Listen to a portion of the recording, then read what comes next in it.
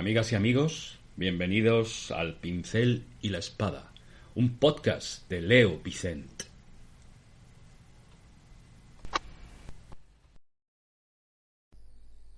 Shh. Hola. Pasa y acércate en silencio.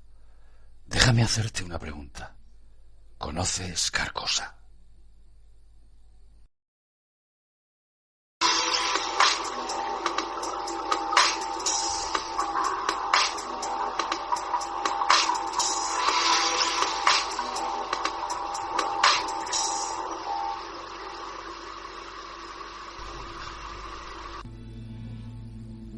Primero, hay una serie que es una obra maestra, True Detective. Y segundo, hay un libro, El Rey de Amarillo, que vuelve locos a los hombres.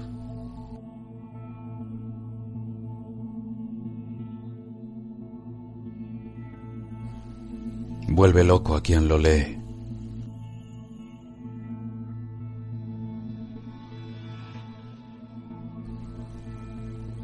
La serie toma la mitología iniciada por Ambrose Bierce y la incluye hábilmente en su relato. A finales del siglo XIX, Bierce publica un cuento titulado Un habitante de Carcosa, en el que narra una extraña historia sobre un espíritu perdido en las ruinas de la antigua ciudad de Carcosa, donde se topa con su propia tumba en un antiquísimo cementerio. Quien retoma unos años después la narración de Bierce es Robert Chambers, escritor que comienza a darle forma a la mitología en su libro de cuentos titulado El Rey de Amarillo. Allí se describe al monarca del horror como una deidad maldita, vestida con harapos amarillos, el hijo de Hastur que habita en Carcosa y ante quien se arrodillará la humanidad bajo el cielo de estrellas negras. Por último es Lovecraft, quien vuelve a la mitología comenzada por Bierce y continuada por Chambers, no sólo como homenaje desde la simbología, el horror cósmico y la similitud entre el libro que contiene la obra de teatro maldita del Rey de Amarillo y el Necronomicon, pieza fundamental de la mitología Lovecraftiana, sino también a partir de las referencias directas a obras antecesoras. En el relato, El que susurra en la oscuridad, perteneciente al ciclo de los mitos de Cthulhu, el protagonista recibe una extraña carta en la cual se menciona el lago de Hali y se habla del signo amarillo.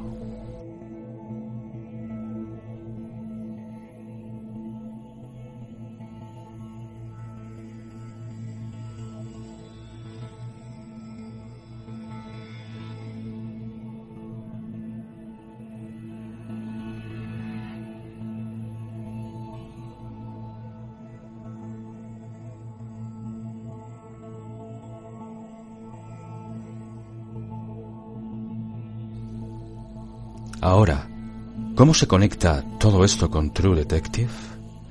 Símbolos y más símbolos. Las estructuras circulares se hacen presentes en cada capítulo. Así vemos espirales grabadas a cuchillo en la piel de las víctimas, pasando por bandadas de pájaros que se arremolinan. El círculo que tiene tatuado el asesino en la espalda. O la vorágine planetaria que un Rast entre la vida y la muerte observa al penetrar en Carcosa. Volviendo al cuento El que susurra en la oscuridad de Lovecraft, allí encontraremos que se habla de una grabación de los susurros a los que alude el título, y se menciona la morada de un antiguo dios que es descrita como una vorágine en el espacio. Exactamente lo que ve Rast en esa epifanía moribunda. ¿Acaso fue la espiral de Hastur Azathoth lo que presenció Rast al final del camino? Asimismo, el guionista de la serie hace referencia franca a la mitología de Chambers, tomando y reproduciendo pasajes del libro en distintos capítulos de la serie.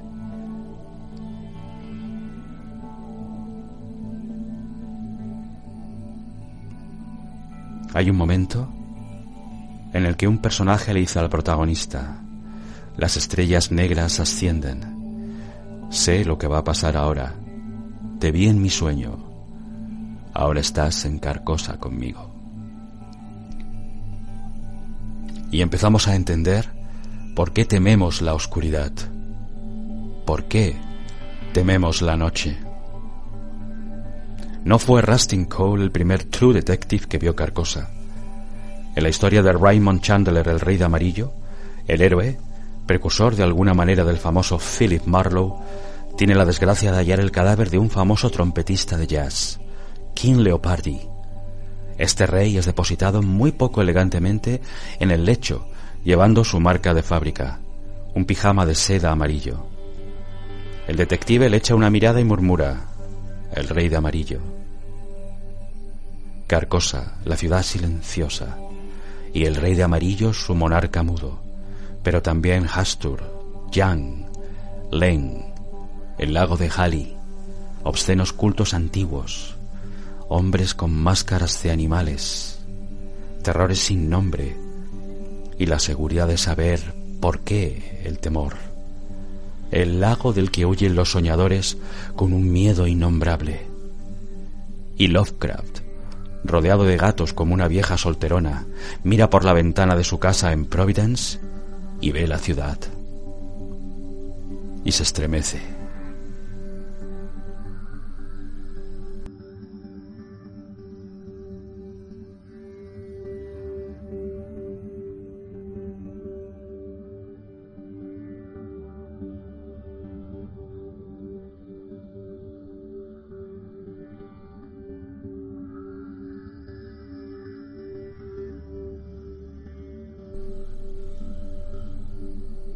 Hay peregrinos que no buscan el romero, la palma o la concha.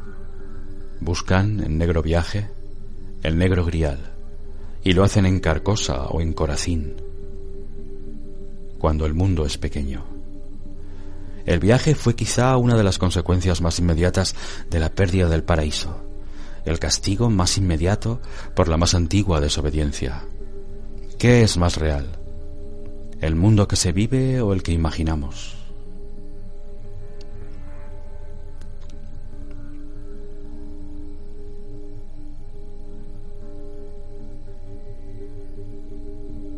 Un héroe se duerme a la sombra de un abedul y sueña con su casa, con el hijo que tendrá cuidado de la yegua que parirá en otoño, con el limonero a la puerta.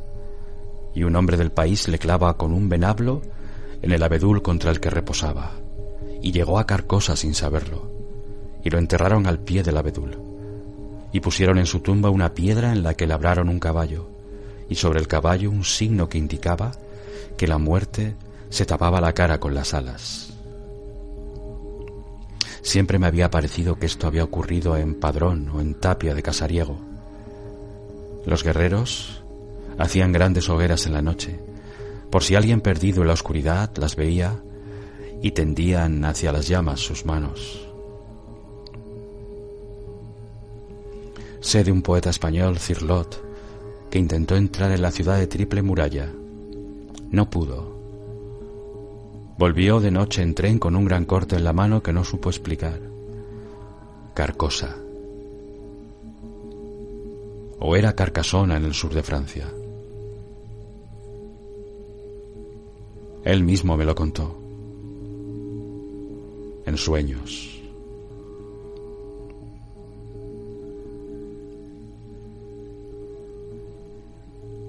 Carcosa, desde que las aguas la cubrieron, fue poco visitada.